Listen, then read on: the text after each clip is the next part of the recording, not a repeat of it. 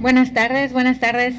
Pues ya para iniciar esta plática de diversidad cultural en Alsacios Mayas, pues tenemos el agrado acá de contar con personalidades en estos temas, ¿no? Que tienen todo el conocimiento para poder abordar el tema de diversidad.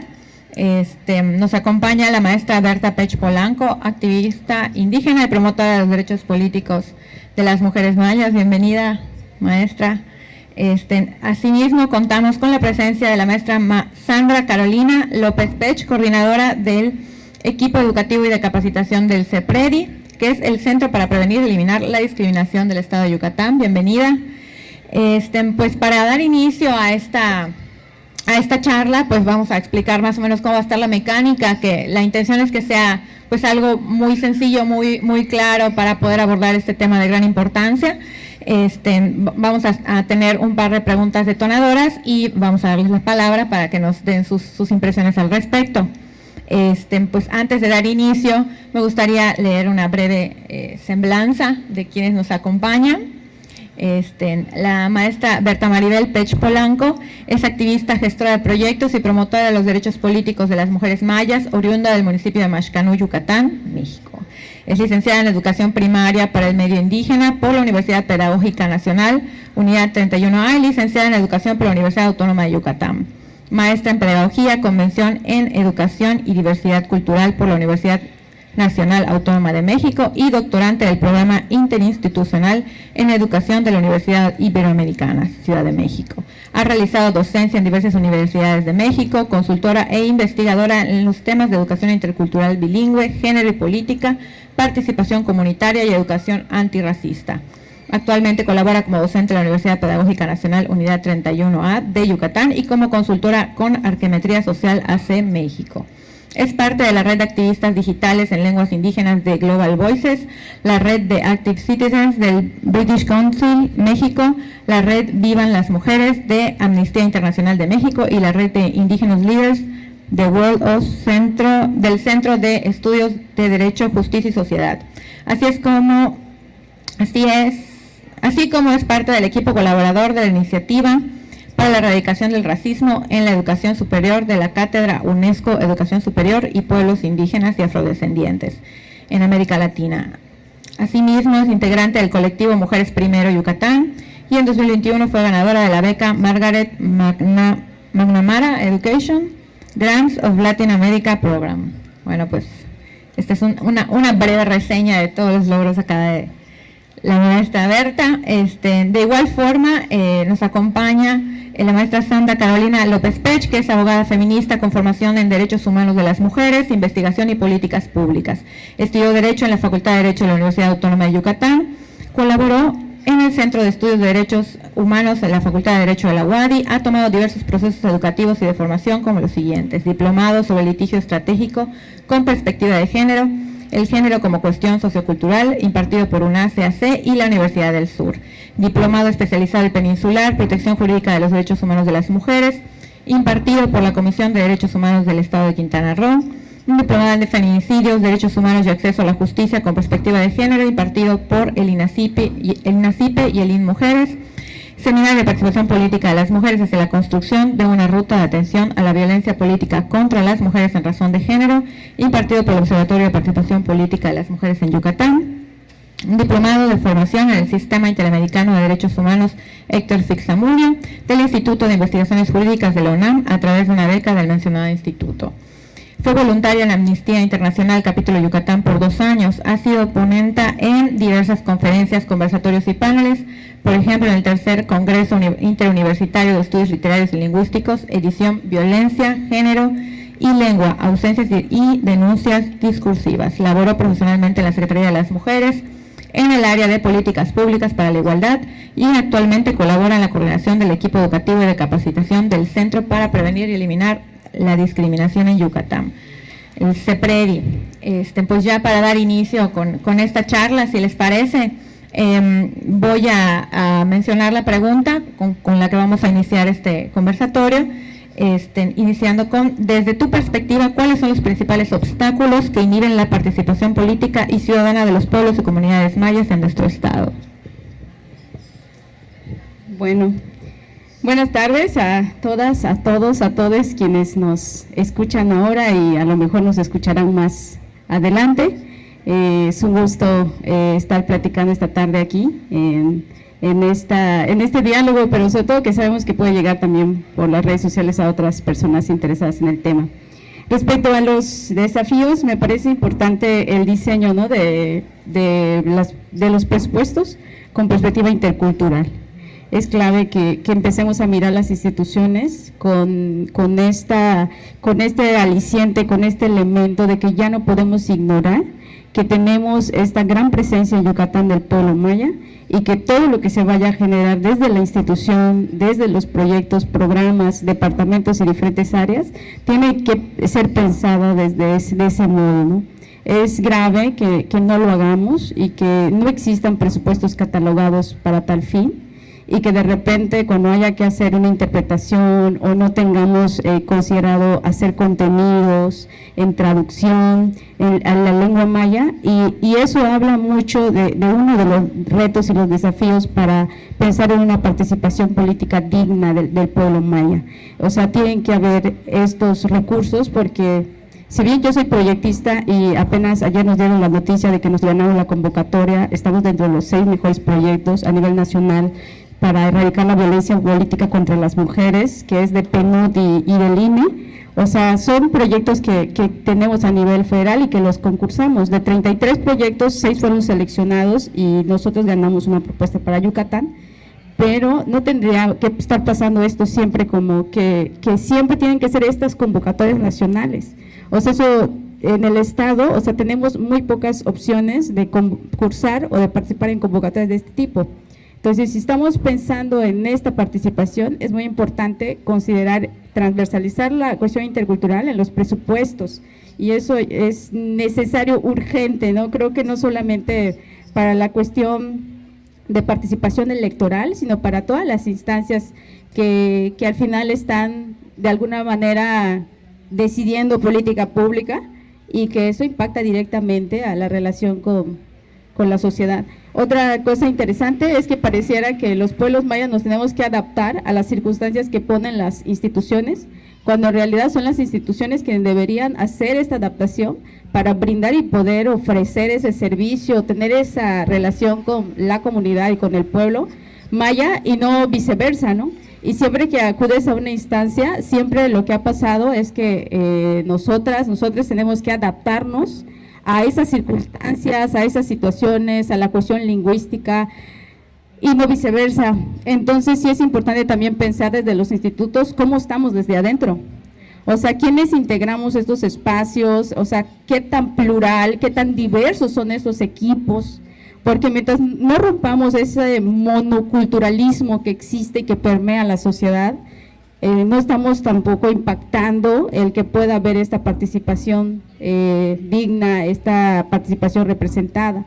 Entonces sí tenemos también que ver desde dentro cómo estamos para un poco ir venciendo estos retos de participación, porque sí, definitivamente cuando existen personas de pueblos originarios en los equipos de trabajo, o sea, definitivamente cambia la mirada, o al menos empieza a ser algo diferente.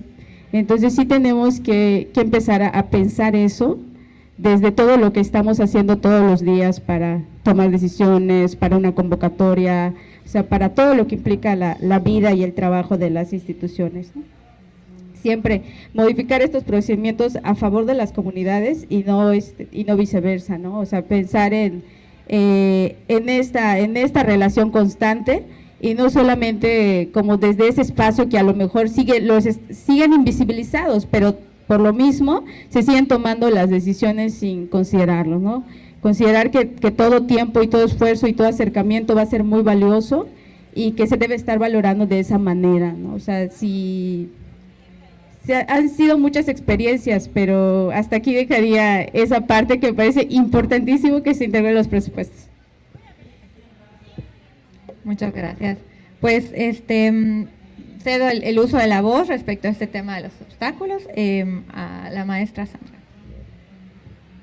Gracias. Muchas gracias también por la invitación a participar en este espacio, que igual coincido con la maestra Berta, es indispensable como hablar de estos temas dentro de las instituciones, pero también hacia el público, ¿no?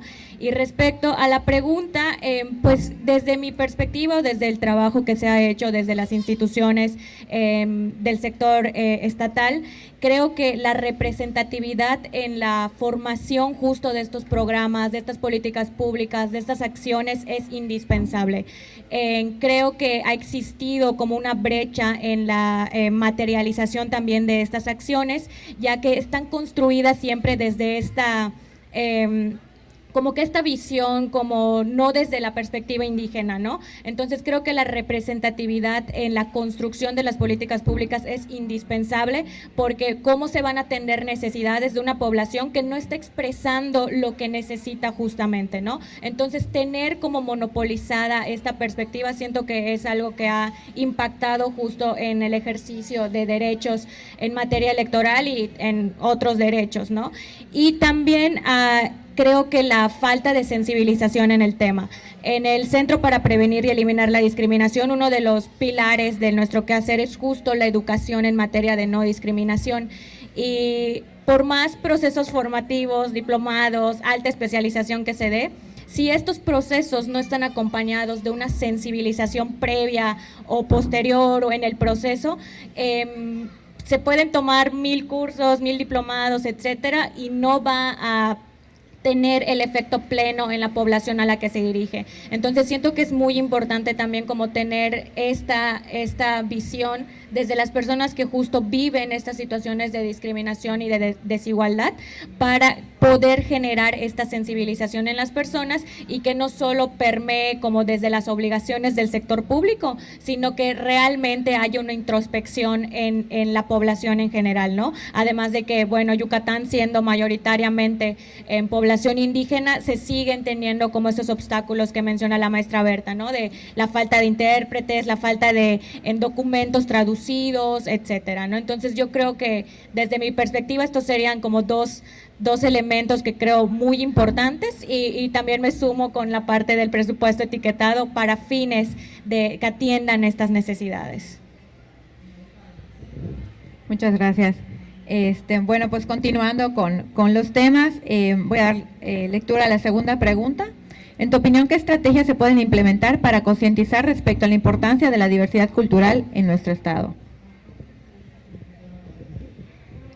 Bueno, creo que ya había comentado algunas cuestiones, pero me parece primordial, ¿no? Empezar como con romper esta idea del pueblo maya como ese pueblo de élite o esos mayas prehispánicos, ¿no? O sea, creo que sigue existiendo un racismo que permea mucho esa idea en muchas instituciones, y que se quedaron como que esa idea del esplendor del pueblo maya, pero que no miramos la realidad actualmente. O sea, los hablantes, quienes están en este proceso de adscripción, de recuperar la parte identitaria.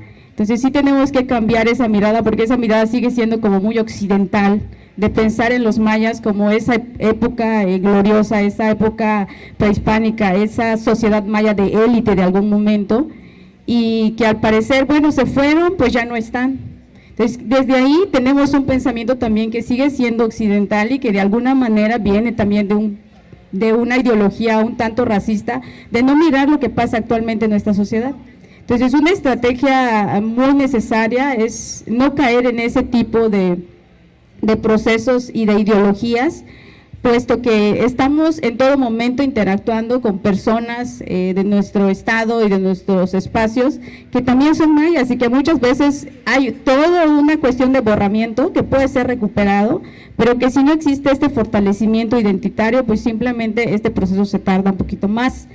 Y ahí es clave, porque me parece que en muchas ocasiones se cae mucho en eso y no estamos haciendo lo que deberíamos, porque nos quedamos como mucho o seguimos como en esa idea, ¿no? En ese pensamiento. Entonces, a partir de ahí tenemos que pensar en que existen estas capacidades, porque si se sigue pensando siempre lo indígena, lo maya, lo étnico, siempre ha sido asociado a una cuestión como de ignorancia, de pobreza, de retraso. Entonces eso mismo como que hace que no podamos ver a estas personas en estos espacios, o que podamos compartir es el espacio con personas fuertemente con esta adscripción y con este orgullo, puesto que también quienes están en estos espacios muchas veces por lo que ocurre, suelen como mejor negar esta parte identitaria, ¿no? O sea, como este borramiento por esta cuestión, muchas veces de partido de la pobreza de capacidades. Entonces, no quiero que me vean así, entonces mejor digo que no hablo maya, que no sé maya, porque yo quiero blanquearme, a lo que le llamamos el blanqueamiento, no quiero acercarme más a lo que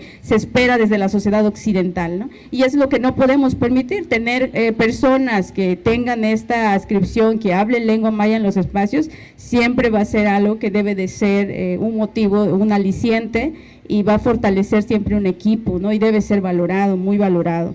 Entonces, me parece que por allá es muy importante, ¿no? Transitar a instrumentar este derecho de la participación política y de la participación ciudadana digna, pero partiendo como de estos puntos, de estos ejes, que nos va a llevar también a establecer estos diálogos, estas negociaciones. Es muy importante que cuando es un grupo de personas, como en el instituto, ¿no?, electoral, llegan a dialogar con la autoridad que sea, ¿no? Es muy importante que se respete el tiempo, el esfuerzo que hacen estas personas para llegar a un espacio así. Y si más que se ve en un instituto como es el Instituto Electoral, porque di mi tiempo para ir y platicar contigo, negociar contigo, como pueblo maya, o sea, es importantísimo, y no pasa en Yucatán, o sea, es importantísimo que en el lugar que vayas, si estamos en un espacio público en donde mi deber es atender a la ciudadanía y me debo a esa ciudadanía, tengo que valorar ese tiempo y ese esfuerzo que hace la gente en ir, en acercarse, como para tener en cuenta, bueno, qué podemos hacer y cómo podemos dialogar desde ese mismo proceso, porque si no lo consideramos, y lo que decía Caro, si no tenemos esa sensibilización de atención, pues simplemente lo que hacemos pues es que luego las personas pues ya no crean, o sea, como que dicen, no, pues es que pues no pasa nada, ¿no?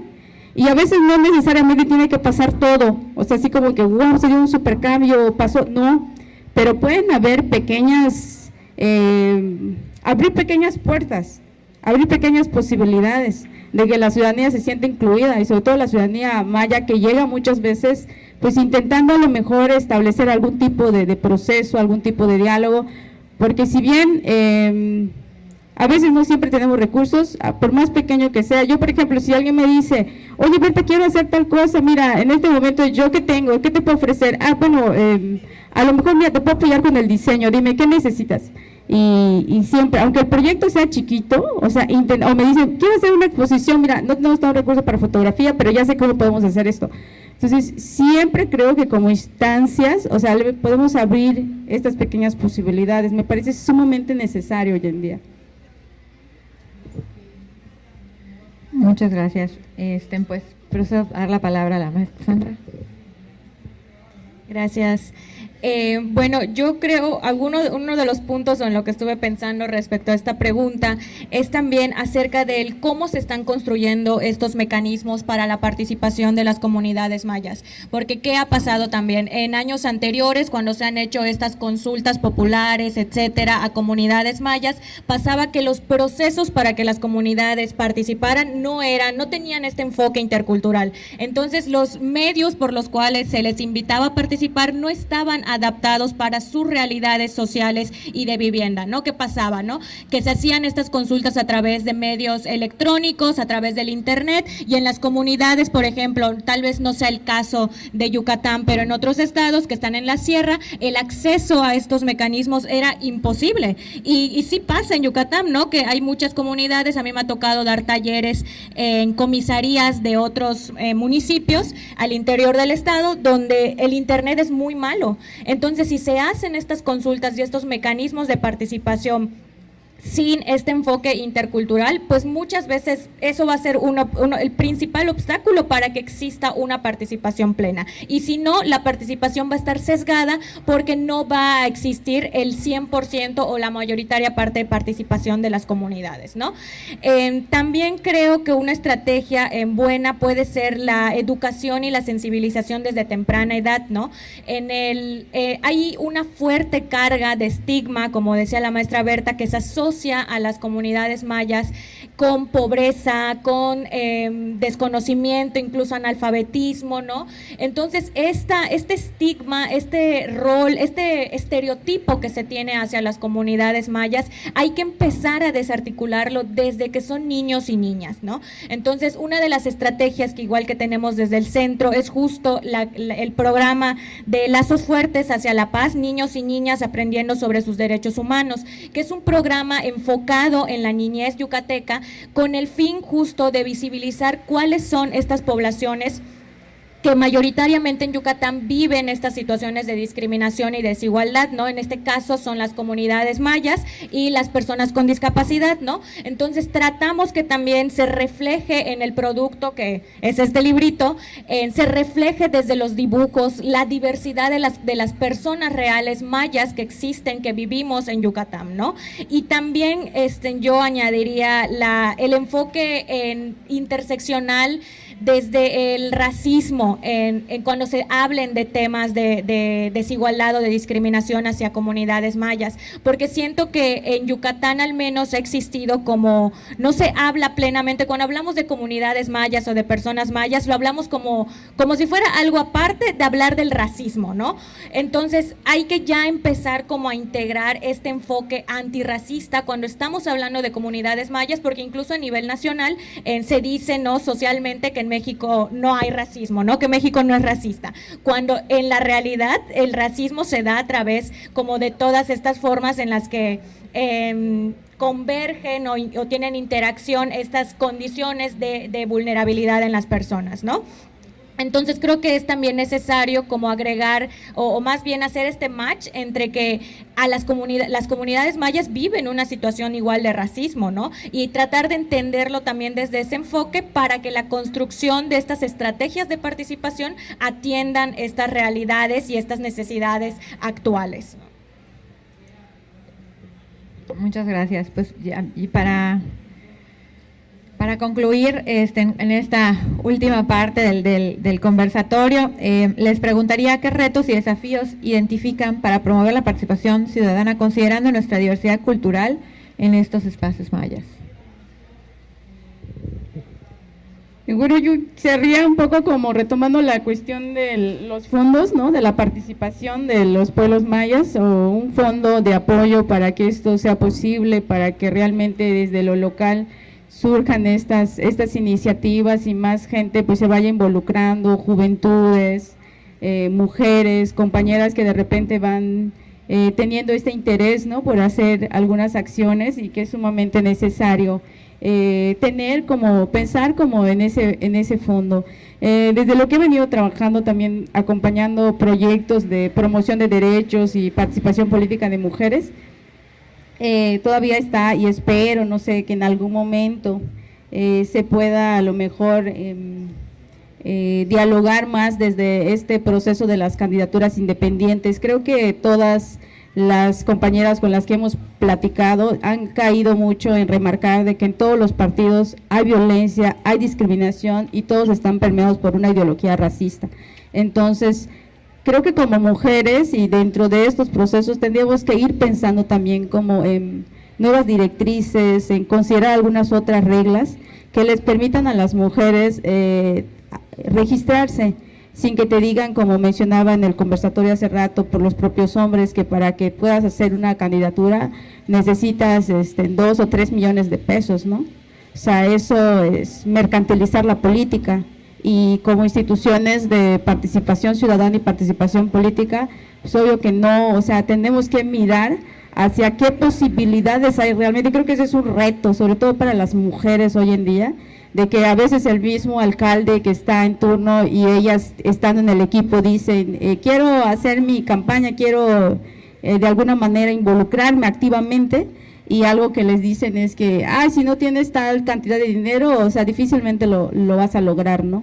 Sabiendo la situación que viven las mujeres en nuestro estado y en el país, la cuestión de estas posibilidades de que ellas, cuestiones de salarios, cuestiones laborales. Entonces, sí, tenemos que ir también pensando en estas otras posibilidades, porque si no, es todavía es un proceso y un camino bastante largo realmente para que compañeras de comunidades mayas o compañeras mayas también puedan hacer vigente este derecho y vaya más allá, ¿no?, de lo que pueda hacer, transitar de la ley a instrumentar la ley, ¿no?, porque creo que en cuanto a lo que está establecido en las cuestiones de paridad, pues hay cosas muy positivas en eso, pero sí necesitamos como este otro paso, ¿no? Yo creo que estaría considerando eso, pensar en un ejercicio muy interesante con la cuestión de la lengua, de irlo considerando, articulando en los espacios y en los materiales y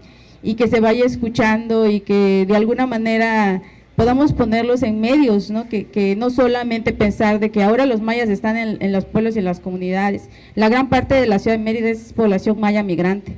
Entonces tenemos que pensar en cómo vamos a llegar a esa población y de qué manera también podemos dignificar el uso de la lengua.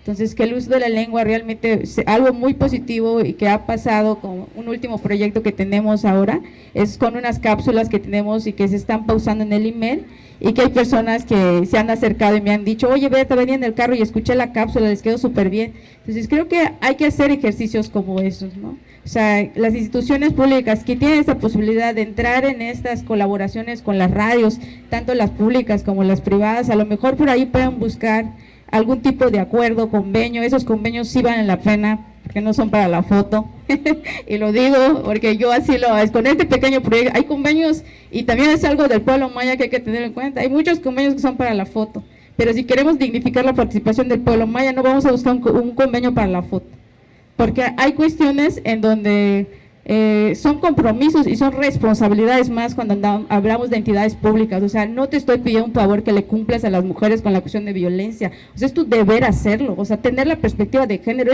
eres un sujeto obligado, o sea, te corresponde, y sin embargo eso hay que tenerlo también muy muy presente.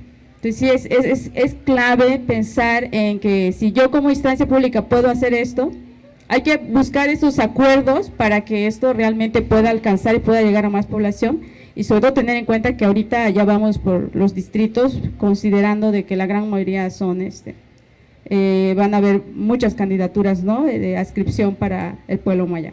Muchas gracias. Muchas gracias, maestra. Le cedo la palabra a la maestra Sandra. Gracias.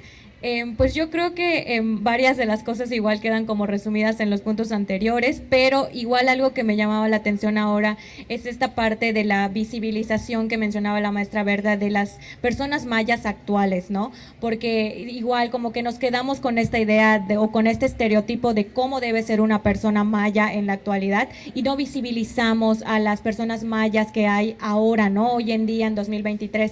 Y recuerdo igual en que comentaba eso la maestra Berta de esta invisibilización como de las comunidades mayas. En la universidad pasaba mucho, ¿no?, que las personas, los compañeros y compañeras que venían que se autoescribían como mayas, como personas indígenas, lo negaban. O sea, realmente hicimos un estudio igual a través del centro de estudios para como monitorear esta situación en la universidad, y pasaba que estadísticamente sí había una representatividad de personas indígenas, pero en la realidad cuando les preguntabas, negaban justamente, como dice la maestra, en su pertenencia a las comunidades, ¿no? Y incluso, o sea, se obligaban a sí mismos a como modificar en su forma de hablar porque tenían un acento muy aporreado, ¿no? Entonces se notaba a simple escucha que pues era una persona maya o que era una persona de comunidad indígena, y se obligaban a sí mismas a hacer como blanqueamiento, ¿no?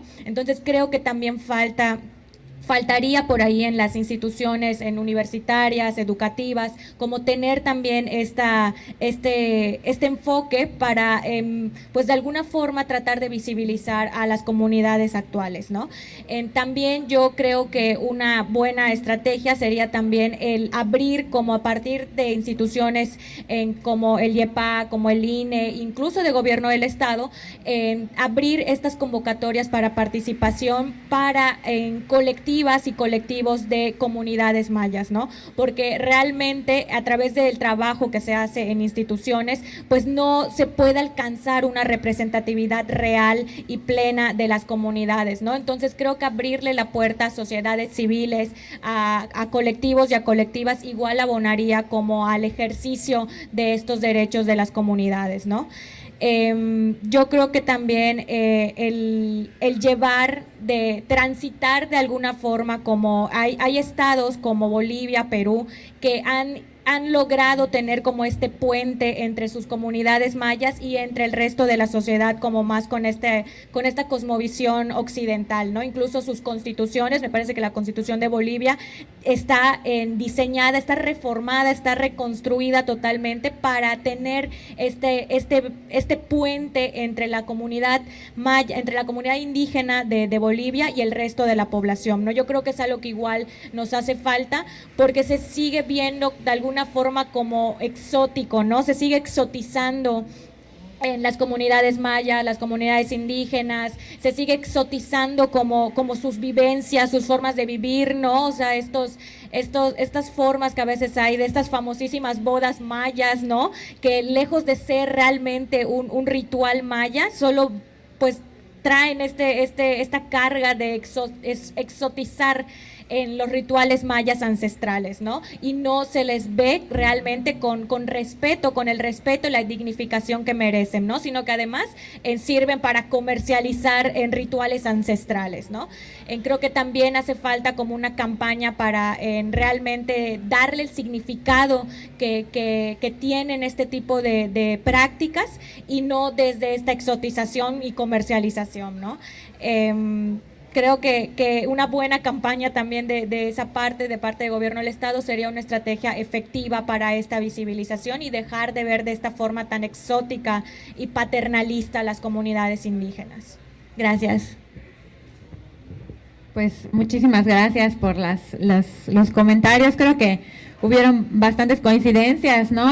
Respecto a lo que nos toca desde las instancias, y creo que igual en la cuestión social este cambio, ¿no? Que se requiere también a nivel social, rescatando un poquito, creo que algo con lo que me quedo mucho es el tema del presupuesto etiquetado, ¿no? Que como mencionaban inicialmente, y que tiene que ser desde la planeación que generamos en las instancias, tienen que ser con base a esta realidad social en la que estamos, ¿no? El creer en que literal vamos a encontrarnos en un pueblo prehispánico como tal, cuando realmente es una realidad, es con quienes convivimos todos los días, y es focalizar y ser conscientes que esta sociedad, todos somos parte de la sociedad yucateca, y creo que esa diversidad, y reconocer la diversidad y las necesidades diversas de cada persona que integra la sociedad es parte importante.